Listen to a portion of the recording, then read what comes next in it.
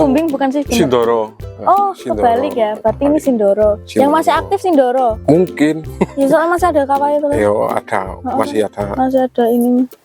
Sindoro, Sumbing, wah, semile. Udah habis panen ya Pak ya ini tadi? Ya udah. Tadi dapat sekitar hampir 4 kintalan lah. 4 kintal. Ini dari semua lahan ini. Dari semua lahan ini. Semua lahan. Berapa pohon Pak ini tomat? 2.800. Nanam apa Pak? Yang sini beda ya? Beda. Ini ada Sirhu sama Batavi. Nanti kita bahas ini ya Pak ya, tentang karakteristik masing-masing lah ya. Nanti biar teman-teman petani juga milih yang mana gitu kan, sesuai keinginan gitu.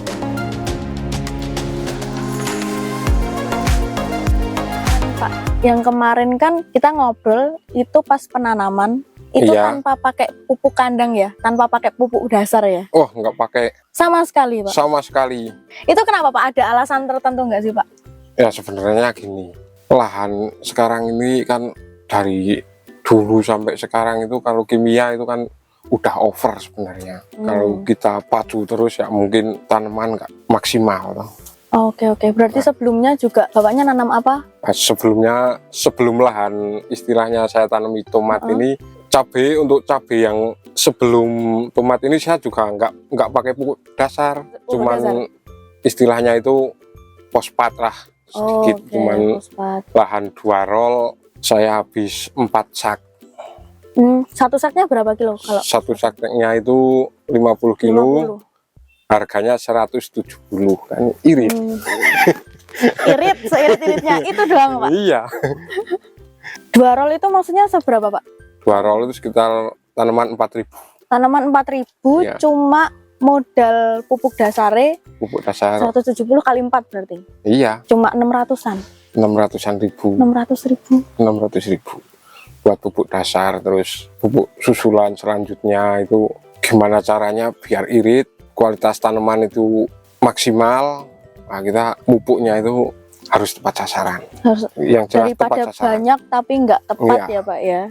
Tanaman itu kayak orang aja, dapat makanan nggak enak banyak, kan males mau makan. Ya benar. Mending yang enak tapi sedikit-sedikit makan. Sehat. Nah itu setelah fosfat doang itu Pak? Ya kita mulai dari awal aja, ini dari istilahnya itu pembuatan. Oh ya bedengan dulu ya? Bedengan, dari bedengan terus dicangkul ya, cangkul terus saya tabur pakai fosfat, terus saya tutup lagi, terus paling atas itu saya kasih, kalau orang-orang pakai dolomit, saya pakai kalsium. Oh berarti ada fosfat ada kalsium. Iya. Oh gitu. Dosisnya berapa Pak kalau kalsium? Untuk kalsium itu ya sebenarnya tuh 1 roll itu harus sekitar 1 kintalan lah, tapi ini untuk meminit biaya lah, meminimalisir biaya. Itu ya biar irit ya, 2 roll saya kasih sekintal, ini udah lumayan. Kasih makan tanaman itu nggak perlu istilahnya itu banyak, itu nggak perlu kalau saya. Cukup 5 hari, dari 5 hari 10 hari, selanjutnya seminggu itu rutin aja, itu udah bagus. Tapi saya untuk dari perawatan istilahnya itu kasih makan, saya pakai kocor, istilahnya itu pakai metode kocor, nggak ditabur tuh. Mau hujan mau kemarau pokoknya saya kocor. Berarti tetap kocor ya untuk susulan-susulannya. Kalau yang dasarnya dulu Pak itu kenapa nggak pakai pupuk kandang Pak? Sebenarnya itu kalau kita mau bebenah tanah, dalam pikiran saya ya, itu 1 tahun pakai pupuk kandang, 1 tahun enggak. Yang endaknya ini ya jangan kimia, istilahnya itu full kimia loh. Istilahnya tuh semi-semi lah, organik. Oh gitu ya, ada organik ada kimia dikit-dikit gitu ya. Biar tanahnya itu kembali normal seperti dulu tuh, nggak usah pakai pupuk macam-macam aja udah bagus dulu. Tapi sekarang kan enggak. Pas dari kecil pun itu cuma pupuknya fosfat sama kalsium itu ya? Nah itu macam-macam, nanti fosfatnya itu aja sejenis, istilahnya itu pabrikan juga ada tuh, yang fosfat pril, terus nanti yang buat kocor dari umur 5 hari itu juga ada fosfat kristalnya, itu juga ada. Terus asam amino, terus asam humat, karbon. Asam Trico. amino, asam humat, karbon, triko. Itu yang wajib. Oh, itu wajib. Oke. Sebelum tanam malahan itu. Maksudnya Dari sebelum tanam, kocor itu dulu nanti ditanam terus biar sehat toh. Biar tanah. Ada nggak sih Pak mungkin fungsi dari masing-masing itu? Oh, ada. Dari awal dulu dari triko ya. Untuk dari triko kan, triko itu membunuh bakteri yang istilahnya itu merugikan. Yang jahat-jahat. Jahat istilahnya itu. Asam amino itu manusia aja butuh tuh asam amino, entah itu dari sayur-sayuran. Nah, itu tanaman juga butuh asam amino. Kekebalan lah istilahnya itu. Nah, silika karbon itu untuk memperbanyak akar. Semakin akar itu banyak, semakin sehat.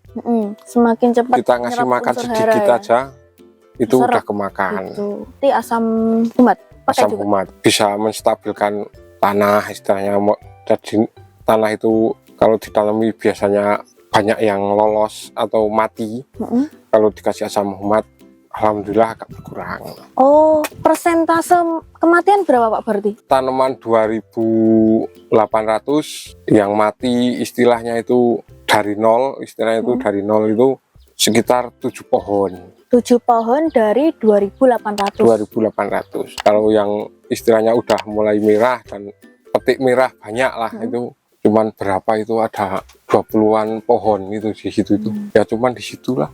Tapi itu tetap mengurangi persentase kematian ya Pak ya kalau dikasih asam humat ya? Iya, bisa mengurangi. Karena kan asam humat kan toleran istilahnya tanah tuh begitu ada jamur nggak langsung nyebar. Kan ada triko. Itu berarti sebelum dikasih fosfat? Enggak, ya pertama dalam lubang tanam itu ada triko, karbon, asam humat. Terus nanti setelah 5 hari kocor pakai asam humat sama fosfat kristal, ya macam-macam produksi. Dicampur itu Pak? Ya. Terus seminggunya lagi pakai asam amino. Itu udah masing-masing udah lengkap semua ya Pak ya? Ya. Ini sih berarti dari kecil tuh jangan dimanja gitu lah ya kalau orang tuh. Istilahnya tuh jangan dimanja dulu, jangan dikasih apa-apa dulu, biarkan dia tumbuh dulu. Nanti kalau gedenya. Yang paling penting itu kita istilahnya nyihat ke oyot sih lah. Pondasinya yang penting ya. Pondasi itu akar. Akar sehat, mungkin tanamannya juga sehat. Itu udah berapa petani Pak yang melakukan itu atau mungkin malah ini profesornya gitu? Profesor ya Mas Udin. Oke, Mas Udin kenalkan ya. Mas Udin untuk profesor. Nah, terus saya kan cuman istilahnya itu di sini ya acek-acek lah, istilah acek-acek, kita beralih metode biar tanaman sehat. Nyoba-nyoba sendiri dulu juga ya Pak ya. Iya. Nah ini udah nih masalah pondasi ya. Jadi itu tadi urutannya. Yang penting nggak usah banyak-banyak ngasihnya dulu. Nggak usah banyak-banyak dulu. Yang penting pondasinya buat akarnya itu ya Pak. Iya, buat akarnya itu biar sehat dulu. Terus ke atasnya Pak ini setelah pupuk tadi ada pupuk susulan nggak Pak? Oh ada. Pakai. Kalau setelah umur 20 hari ke atas itu pakai NPK. NPK 1616. NPK 1616 itu enggak banyak kalau saya, karena ini kemarau lah waktu nanamnya. Terus beralih setelah pakai NPK, terus tak lanjut pakai ZA. Per berapa hari gitu Pak? Per seminggu. Oh, per seminggu. Jadi usia 20 hari itu habis itu seminggu tuh NPK sama ZA. Dosisnya berapa Pak kalau pakai? Untuk 1 tangki kocor nih, ini 1 kilo. 1 kilo NPK, 1 kilo ZA. Enggak, 1 kilo istilahnya itu plus campurannya. Oh, campurannya. Oke, cuma 1 kilo. 1 kilo. Kan ini. Buat ini? Enggak, ini kan cuma berapa pohon. Kalau 1 roll itu sekitar 10 tangki ini lah. 10 tangki berarti sekitar 10 itu udah kilo. Banyak kocornya. Berarti 500 NPK, 500 ZA itu buat 1 tangki. Iya.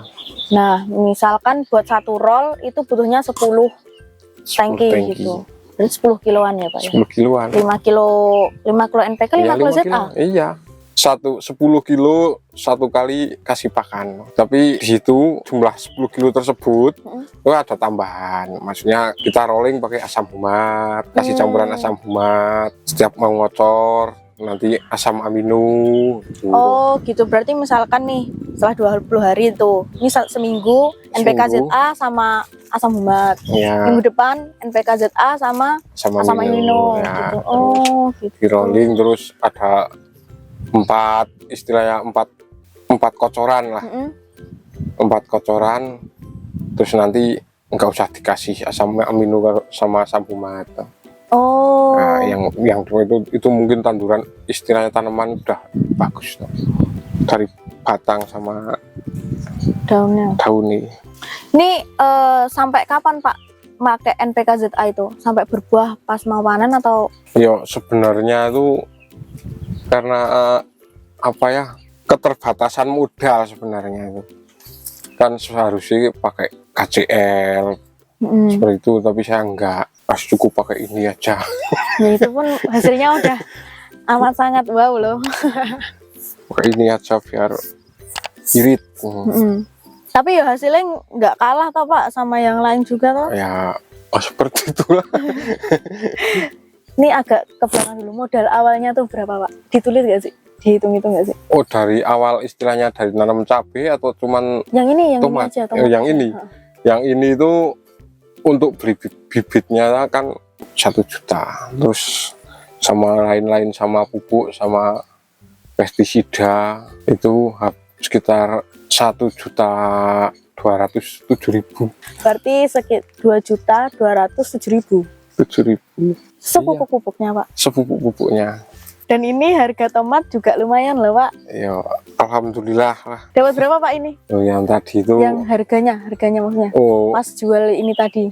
oh yang tadi itu sekitar 7.000-an lah.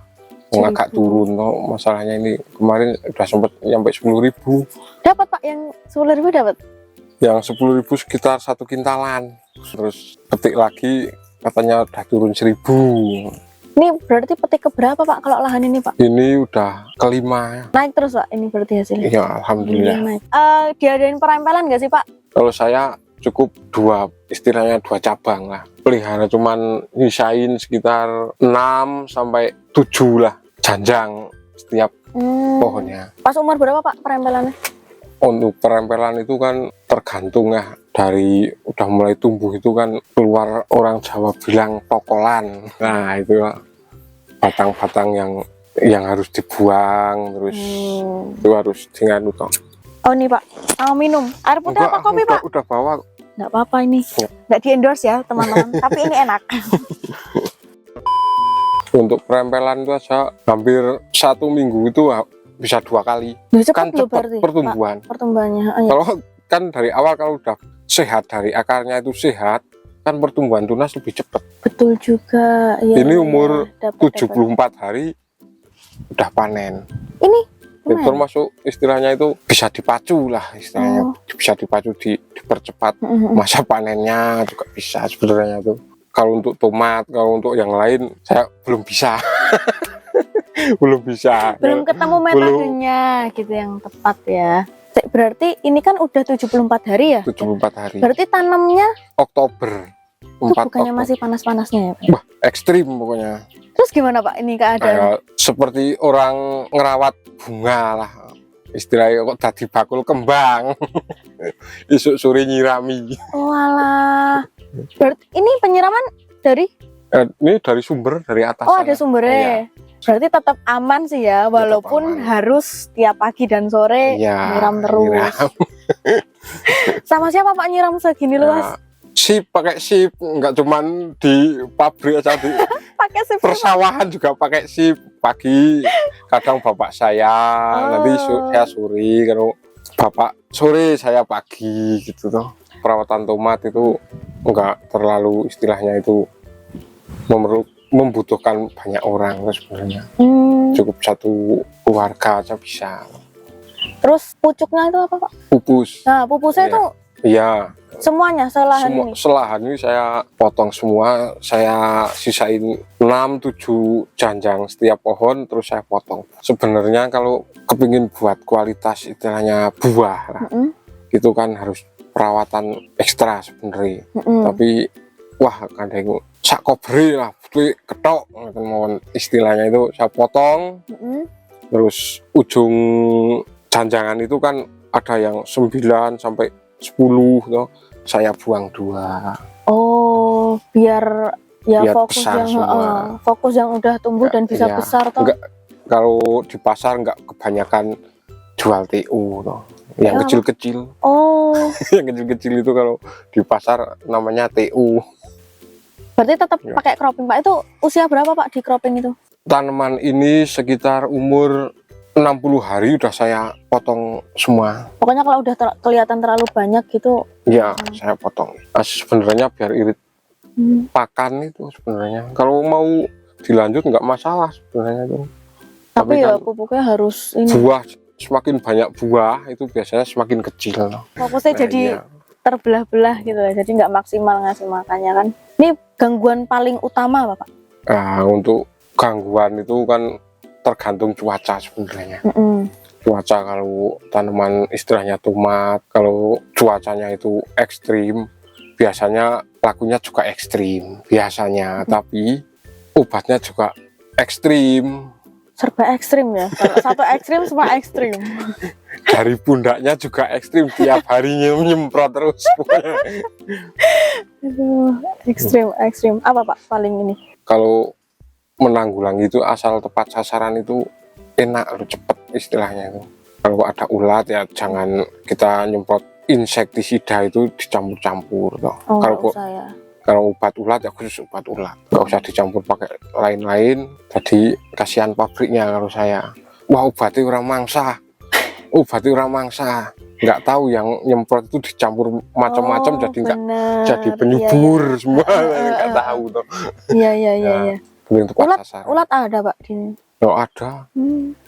Ulat ada, tapi kan saya nyemprotnya itu setengah bulan, tes 15 hari, enggak begitu nyemprot harus pakai itu enggak usah. 15 hari itu nyemprotnya mulai nyemprotnya itu sejak ada ulatnya itu. Iya. Atau emang rutin aja Pak? Yang enggak kan kelihatan udah ada bibit istilahnya ular kecil-kecil, nah itu langsung diatasi ya. Itu aja ya. Yang penting selama nggak merajalela dulu lah. Iya. Jangan nunggu klimaksnya. Jadi pas udah mulai ada gejala langsung. Pakai apa Pak itu mereknya? Nah, untuk saya tuh ya, yang recommended dari dulu ya. Sebenarnya itu Dupont, Prevaton kalau saya. Prevaton. Ya. Oh, oke. Obat zaman Rasulullah itu dari kecil udah ada. Oh iya, udah lama banget ya itu. Udah lama. Itu saya pakai itu terus loh. Kan dia sama telur-telurnya juga hilang. Terus kalau saya nyemprot itu saya rolling, enggak istilahnya itu sekarang fungi dicampur-campur itu enggak. Kalau sekarang fungi, besok insek, besoknya lagi bakteri gitu. Masih nyemprot tapi tetap Pak kalau nyemprot masih. Kan dari kualitas buah khususnya tomat itu kalau nggak semprot sama sekali itu kan nggak bagus. Istilahnya itu dari kualitas buahnya nggak berkurang. Kalau walaupun daunnya udah nggak ada, terus udah keserang semacam jamur, kalau sering disemprot ya kualitas buahnya masih bagus sebenarnya. Udah tiba-tiba udah sampai panen nih. Satu lahan ini kan udah 5 kali panen Pak. Iya. Naik terus ya. Naik terus. Yang pertama dapat berapa Pak? Untuk petik yang pertama ini kan ada 2 jenis lah sebenarnya tuh. 2 jenis. Untuk yang satu jenis itu pertama kali petik 8 kilo, terus 34 naiknya banyak juga ya. 8 kilo 34 terus 115 ya, terus 268 atau berapa itu tadi.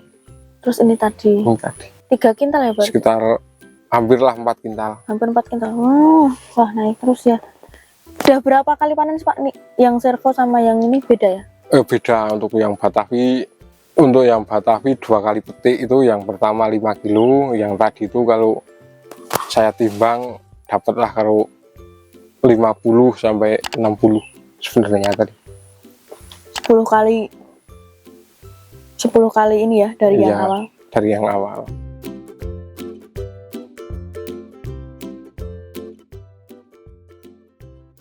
Ini masuk ke karakteristik masing-masing sih Pak. Soalnya kan udah sampai panen ya ini tadi ya. Nggak sadar tiba-tiba udah sampai panen. Kalau misalkan nih Pak, membicarakan tentang karakteristik nih. Kalau Batavi 77 tuh kayak gimana sih Pak? Yang dirasain Pak Mat sendiri? Untuk Batavi 77